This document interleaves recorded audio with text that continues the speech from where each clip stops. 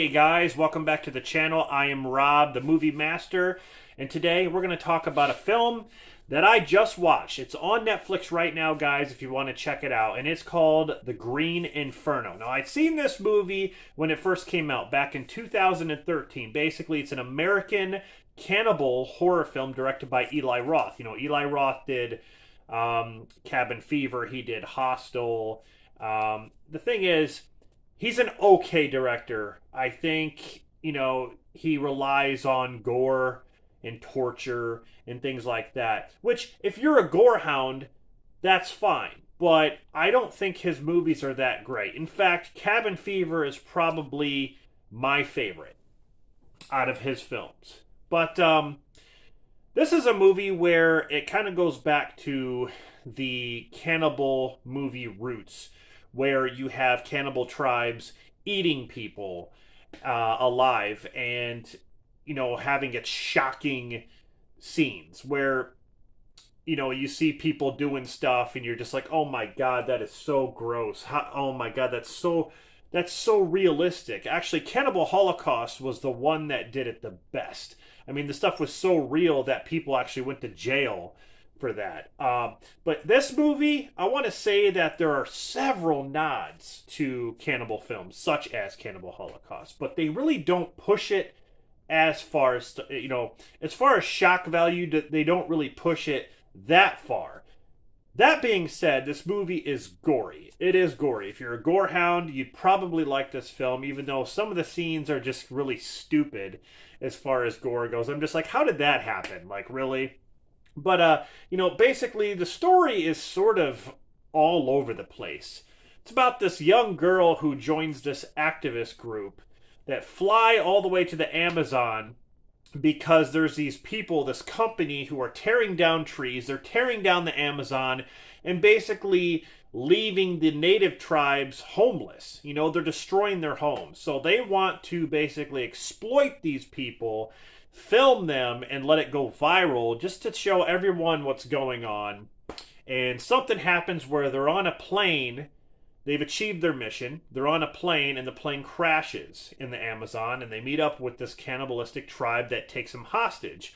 They take all these people in this cage, and one by one, they start killing them. And there are different ways they kill him. I mean, they put this guy on the rock, and they start chopping off his arms and chopping off his legs, and then they basically take his body and put it in a oven, so to say. They put like salt on it and stuff like that, and they're going to eat it. At least they had the decency to cook it instead of eating him raw. They basically cooked it. So, yeah, I mean, it is kind of disgusting, but it's nothing I haven't seen before because I've seen way worse. And Cannibal Holocaust is way, way more gory than this movie. But the gore effects actually looked pretty good. I will give it that. This movie actually had pretty good effects. But as these people are in the cage, they're trying to figure out how to escape. And they're wearing these bright yellow jumpsuits. And I'm thinking to myself, like, if you were going to try to sneak away, wouldn't you just take those off and, try to hide? Because these jumpsuits, if you're standing in a bunch of trees which are green, obviously you're going to see this bright yellow jumpsuit standing there. I mean, what? Like, they have these jumpsuits and they're trying to get away. So there's this part where they get out of the cage and they start running and they have their jumpsuits on. I'm thinking to myself, like, take those off. What are you doing? Like, these people are going to see you because you're wearing bright yellow jumpsuits. Like, what are you, stupid? Like, what are you doing? There are several times where they try to escape, but this cannibalistic tribe, they're pretty smart. I mean, they have guys standing guard and, with these darts that aren't really poisonous, but they put you to sleep when they shoot you with them. So it's kind of hard to escape when there's people watching the cage. But at the same time, there's these weird situations that happen. Like, they're in the cage, and this guy is in the corner, and he's whacking off. He's just sitting there whacking away. And they're like, what are you doing? Like, what are you doing? He's like, actually, if you masturbate, it relieves stress. What? Like, stress? This is more than stress. I mean, you're in a cage being held captive, and you could go next. You could die next. They could pull you out and start killing you or eating you alive, and you want to sit there and whack off? Like, weird ass shit in this movie that Eli Roth likes to put in all his movies. I mean, there was some weird stuff in Cabin Fever that didn't make sense. Like the pancakes kid. Pancakes, pancakes. You know, it's like, wait, he starts doing karate and all that. What? Like, weird stuff that Eli Roth does. In this movie, I'm just thinking to myself, like, these people are acting dumb. Like, they are acting stupid. I can understand if you were under stress and if you were scared and you were in a cage and you were trying to figure out how to survive and get out of there after you just watched your friends being eaten. I mean, I can understand maybe your thought process wouldn't be all, you wouldn't be all there. You'd be actually going nuts.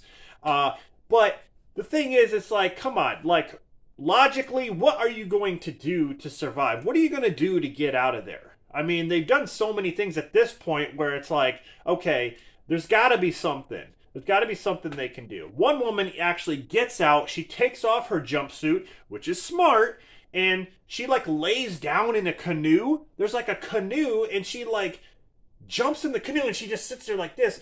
And then you don't see her for the rest of the time.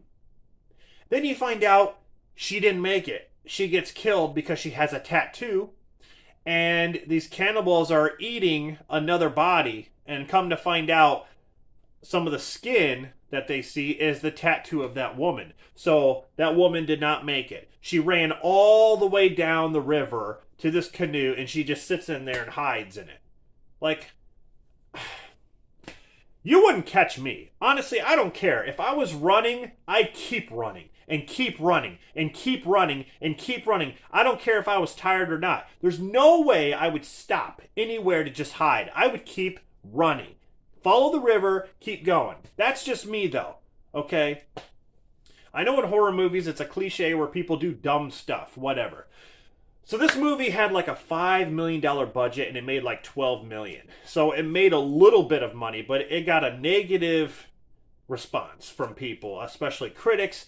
And I think it was Stephen King who actually liked this movie. He said it reminded him of an old 80s cult like cannibal film, which, like I said, you know, Cannibal Holocaust was the 80s, but I'm just saying, like, it was weird to see Stephen King actually give this movie praise. But this movie's not bad, it's just not really that good. It's kind of in the middle, I want to say. It's just one of those movies that you can just pop in and just watch it for the gore and then shut it off, because the story is just really not that interesting if you think about it. I mean, an activist group that wants to make things go viral, but then something bad happens to them. You think their intentions are good, but then there's a twist that happens where you find out the leader of this activist group has his own agenda. So then these people are kind of caught in the middle, and not only that, this cannibal tribe is taking them hostage. So it's almost like they got all these things going on at the same time. Then at the end of the movie, something happens where, like, this main girl kind of, like, lies about the situation. And she has her own personal reasons for that. I'm not going to get into it, but I just thought the ending was just kind of dumb. All in all, there are really good practical gore effects. The characters, you know, some of the characters are good, but some of them are just blah. They're just wasted. You don't really care about them. Some of them act really stupid, like I said. There's this one part, I didn't understand this. When I talk about the gore effects being good, there's this one part where this guy is being eaten alive. The whole tribe, even the kids, are coming over there, biting his neck, and they're acting like zombies. I mean, they're sitting there, you know, pulling his skin apart, pulling out his intestines, and this one girl walks away with this guy's leg. Like, somehow they detached his leg, and she's running off with it. Now, I don't know how they did that. They didn't use any weapons. I don't know how they did it. She's running off with his leg. So either they started biting at his joint until his leg fell off. That means they bit through the bone, by the way. I don't know how they did it. They didn't use any weapons. They were just biting. That's all they were doing. So I'm like, come on.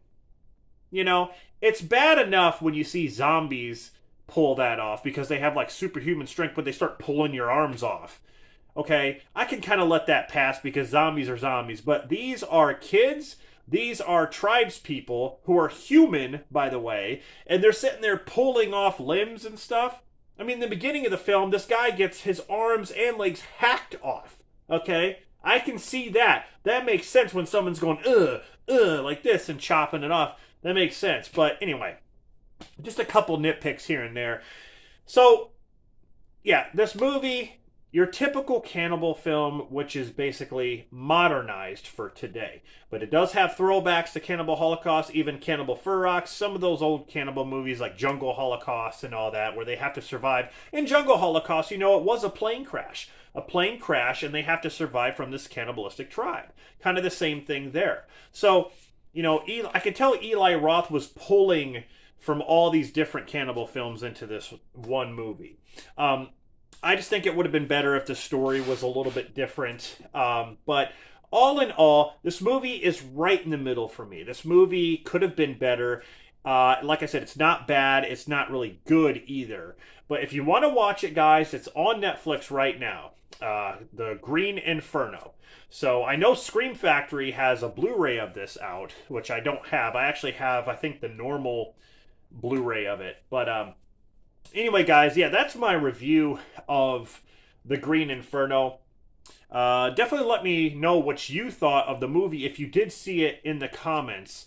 And yeah, so thank you for watching this. Like I said, I don't want to give too much away. I just wanted to talk about the few nitpicks and a few things that I did like and stuff like that. So hope you enjoyed this. I'll be back with more movie reviews. This is Rob, the Movie Master, signing off. And I'll see you guys in the next one.